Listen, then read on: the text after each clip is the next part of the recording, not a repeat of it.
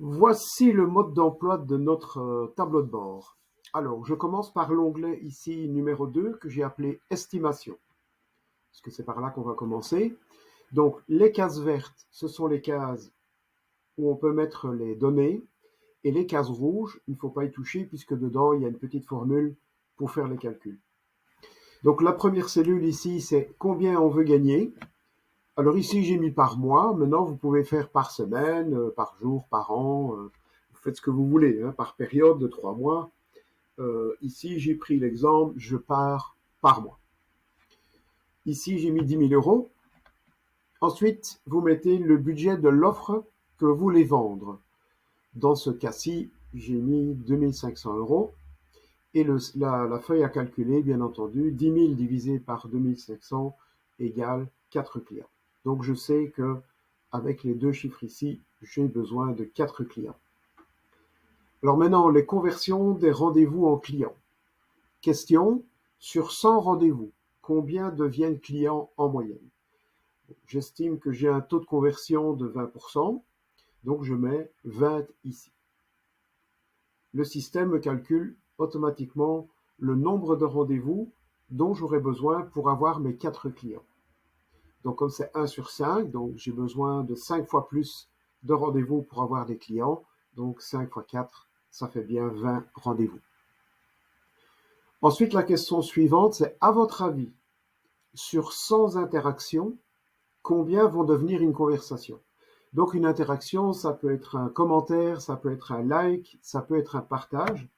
Mais bien entendu, ce qui prime, ce sont les commentaires, puisque les commentaires vont amener la personne à communiquer avec nous et on peut les emmener tout doucement vers Messenger pour avoir une première conversation avec eux et éventuellement les convertir en rendez-vous. Donc ça, c'est un chiffre qu'on ne sait pas au début. Et donc, au début, moi, j'estime 4%.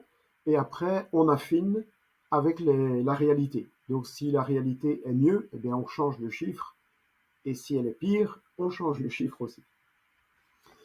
Ensuite, les interactions. Donc les interactions, combien il nous faudra d'interactions avec ce taux de conversion-là pour obtenir nos fameux rendez-vous? Eh bien, il faudra 500 interactions sur tous les postes qu'on va faire, hein. Donc sur le mois, je vais faire un certain nombre de postes. Eh bien, je sais que j'aurai besoin au total de 500 interactions sur tous mes postes, parce que je sais qu'il y a 4% qui vont se convertir en rendez-vous. Donc si on divise 500 par 100 et qu'on multiplie par 4, on obtient bien nos 20 rendez-vous. Donc ici, dans la simulation, j'aurai besoin de 500 interactions sur tous mes postes. Le chiffre suivant ici qu'on va remplir, c'est quel est le nombre de postes qu'on va faire sur le mois. Dans mon cas ici, c'est sur le mois. Donc combien de postes je vais faire par mois.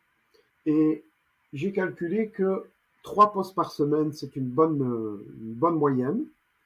Et 3 postes par semaine avec 5 semaines par mois, ça va faire une quinzaine de postes. Alors les mois où j'ai 4 semaines, je ferai quand même un peu plus de postes. Disons que je ferai un nombre de postes de 15 par mois. Et donc le système calcule ici combien d'interactions par poste j'aurai besoin. Alors il y a des postes qui feront plus et il y a des postes qui feront moins. Donc c'est à nous à calculer selon la réalité. Peut-être qu'on va se rendre compte qu'il nous faudra plus de postes pour avoir les 500 interactions ou moins. Hein, si on voit que ça tourne bien, si on a beaucoup de postes intéressants, on aura besoin de moins d'interactions. Et voilà, il suffit de remplir le chiffre vert ici et de revenir régulièrement modifier les chiffres pour voir la réalité et ce qu'il faut faire.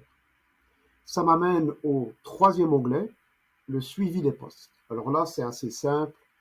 La date de mon poste. Donc, dès que vous avez écrit votre post sur Facebook, venez vite mettre les informations ici, la date, le titre du poste. Alors, soyez bref, hein, c'est juste pour vous souvenir de quel poste il s'agit.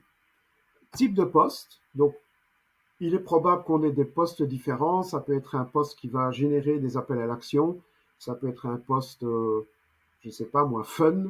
Ça peut être un poste témoignage. Ça peut être un poste poser une question. Donc, regardez le type de poste que vous avez l'intention de faire. et puis mettez le type de poste. C'est important parce que par la suite, on va mieux voir quels sont les postes qui génèrent les conversations, les rendez-vous et les clients. Et donc, on pourra en faire plus. Alors, une fois qu'on a les chiffres, parce qu'évidemment, quand on va mettre le poste, on les a pas. Donc, si on fait ça une fois par mois, disons, on fait un point une fois par semaine pour ne pas que ça traîne trop, ou bien vous le faites à la fin du mois, vous faites comme vous voulez. Mais il faut aller chercher la portée. Donc, combien de personnes ont vu mon post? Ça, c'est intéressant. Ensuite, combien de likes? Alors, quand je dis like, c'est like, pouce, cœur, etc., etc. Combien de partages j'ai eu sur ce post? Combien de commentaires ont été générés? Alors ça, ce sont des chiffres que le post vous donne tout de suite. La portée, non. Mais comment est-ce que je fais pour la portée? Eh bien, il faut aller voir sur votre profil, je vais aller voir ici, si le mode professionnel est activé. Donc pour le savoir, il suffit d'aller sur votre profil, de cliquer ici sur les 3 petits points, et ici, évidemment, il y a la caméra. Hop, je vais la virer. Il y a le mode ici, désactiver le mode professionnel, mais dans votre cas, ce sera peut-être activer le mode professionnel si vous ne l'avez pas fait. Donc, vous activez le mode professionnel et vous aurez des statistiques sur tous vos posts. Vous saurez combien de fois ils ont été vus, etc., etc. Et donc, il suffira d'aller les reporter dans le tableau ici. La portée, le nombre de likes, le nombre de partages, le nombre de commentaires. Alors là, le nombre de discussions que ça a généré. Le premier tableau de bord vous le donnera. Le nombre de rendez-vous que vous avez obtenus, le tableau de bord ici le montrera. Et finalement, le nombre de clients que ça vous a généré. Vous voyez, si vous faites une quinzaine de posts par mois, ben vous allez remplir votre tableau ici et vous allez avoir une idée générale de ce qui marche bien et de ce qui marche moins bien. Donc ça, c'était le tableau des suivis des posts, le troisième. Maintenant, on va arriver au premier, c'est le plus important. Alors le premier, je le remplis quand? Je le remplis dès que quelqu'un me met un commentaire qui va générer une discussion sur Messenger. Donc tout ce qui est like et tout ça, évidemment, je ne le mets pas. Par contre, dès qu'il y a discussion qui commence, à ce moment-là, je vais le mettre ici. Donc ici, on a plusieurs colonnes, la date pour se retrouver de mois en mois, nom et prénom. Alors pour le lien que j'ai mis ici, comment je fais? Eh bien, quand une personne répond en commentaire à ce que j'ai posté. Je vais prendre un exemple. Est-ce que j'ai déjà le commentaire? Pas encore. Voilà. Ici, j'ai quelqu'un qui a demandé. Donc, je prends son nom que je vais mettre ici dans la case. Et ensuite, je vais aller chercher le lien. Comment je fais ça? Je fais un clic droit ici et je fais copier l'adresse du lien. Donc, en cliquant sur ce lien, en fait, j'arriverai sur son profil. Donc, vous pouvez aussi cliquer dessus. Voilà. Et vous copiez ici l'adresse. Je ne prends pas commentaires, etc., etc. Je m'en fous. Tout ce qui m'intéresse, c'est ici. Mais si vous l'avez, vous l'avez. Si vous faites un clic droit, copier le lien, vous prenez tout le lien. Et ensuite, vous recochez la case ici du nom. Vous remettez la cellule et vous cliquez ici sur la petite chaîne. Ajouter un lien. Moi, je l'ai déjà fait. Appliquer. Et le lien va être indiqué. Ça sert à quoi? Ben, c'est très pratique parce que si vous voulez faire un message à cette personne-là, vous cliquez simplement sur le lien et ça vous amène directement sur son profil. Voilà, ce qui vous donne le temps d'aller un petit peu jeter un œil à ce qu'il fait, encore, quelquefois vous l'auriez oublié, et de cliquer sur message pour lui envoyer un message. Bon, ici, je ne peux pas m'envoyer un message à moi-même, mais vous avez compris le principe, ça va vous emmener directement sur la messagerie, vous allez revoir la conversation que vous avez eue et éventuellement proposer d'autres choses. Alors, la colonne suivante, j'ai mis température. Alors, température, c'est quoi? Eh bien, à la base, le client, il est froid. Enfin, le prospect, il est froid. Maintenant, selon ce qu'il a fait ici dans mes bonus, selon qu'il les a reçus, qu'il a eu des conversations, qu'il a accepté un rendez-vous, etc., etc., à ce moment-là, s'il a regardé quelques bonus, je vais le passer à tiède. Si je vois que c'est quelqu'un de très actif et qui prend tout ce que je donne, je vais le mettre chaud. Ça va me permettre de savoir qui je vais traiter en priorité. Est-ce que je vais m'occuper de lui? Donc par exemple, tous les lundis, eh bien, je vais voir dans mon tableau de bord pour faire mes suivis, qui je dois suivre, qui n'a pas eu ça, qui a demandé ça, et je vais faire les suivis. Si j'ai reçu un message incendiaire, bien évidemment, je lui dis, bon, celui-là, je ne fais plus de suivi, je vais lui foutre la paix, je vais dire, ne fais plus de suivi. Comme ça, il est en rouge, et je sais que je ne dois plus faire le suivi. Par contre, je ne vais pas le supprimer, parce que je vais vous expliquer après pourquoi je ne le supprime pas tout de suite. En tout cas, pas tout de suite. Donc, colonne température. Alors là, ce sont les colonnes des bonus. Donc, par exemple, quand j'ai mis LM parce que ça veut dire Ligue Magnet. Ligue Magnet 1, 2, 3, 4, 5. Donc, vous pouvez mettre autant de Ligue Magnet que vous voulez. Donc, en fait, ce sont les fichiers que je donne quand je demande sur mes posts aux gens de mettre un commentaire. Donc, par exemple, vous êtes certainement passé par là. Vous avez vu un de mes posts. Automatiquement, dans le post, je vous proposais quelque chose en téléchargement et vous avez laissé un commentaire pour l'obtenir. Moi, je vous ai contacté et automatiquement, une fois que c'est fait, je mets oui, il a reçu ce Ligue Magnet. Donc, peut-être c'est en attente. Si c'est un atelier, si j'ai pris un rendez-vous, un truc comme ça, je vais mettre en attente. S'il l'a reçu, je vais mettre oui, il l'a reçu. Voilà. Et pour ajouter un nouveau Ligue Magnet, vous faites simplement un clic droit ici, insérer une colonne à droite, et hop, vous avez vu, il a déjà recopié les deux ici, les deux sélecteurs. La seule chose qui n'a pas recopié, c'est la ligne ici. Donc je fais CTRL-C, hop, CTRL-V. Voilà, c'est tout. Alors ça, justement, c'est la colonne des totaux. Donc c'est simplement basé sur le filtre qui est ici. Ça, c'est la colonne des filtres. Donc si je veux savoir combien de personnes sont chaudes, je vais sélectionner chaud. Si je veux savoir combien de personnes sont tièdes, je vais sélectionner. Ici, il va mettre 0. Vous voyez, il fait le calcul. Et combien de personnes sont chaudes? Une. Donc pour chaque colonne, comme ça, il y a le filtre pour savoir les oui-non. Donc combien on dit oui? Ok, j'en ai un. Combien on dit non? Et combien sont en attente, etc. Et j'ai fait une colonne comme ça. On peut savoir le nombre de personnes qui ont téléchargé notre Ligue Magnet, les différents Ligue Magnets. Bon, ici, je vais supprimer la colonne. Voilà.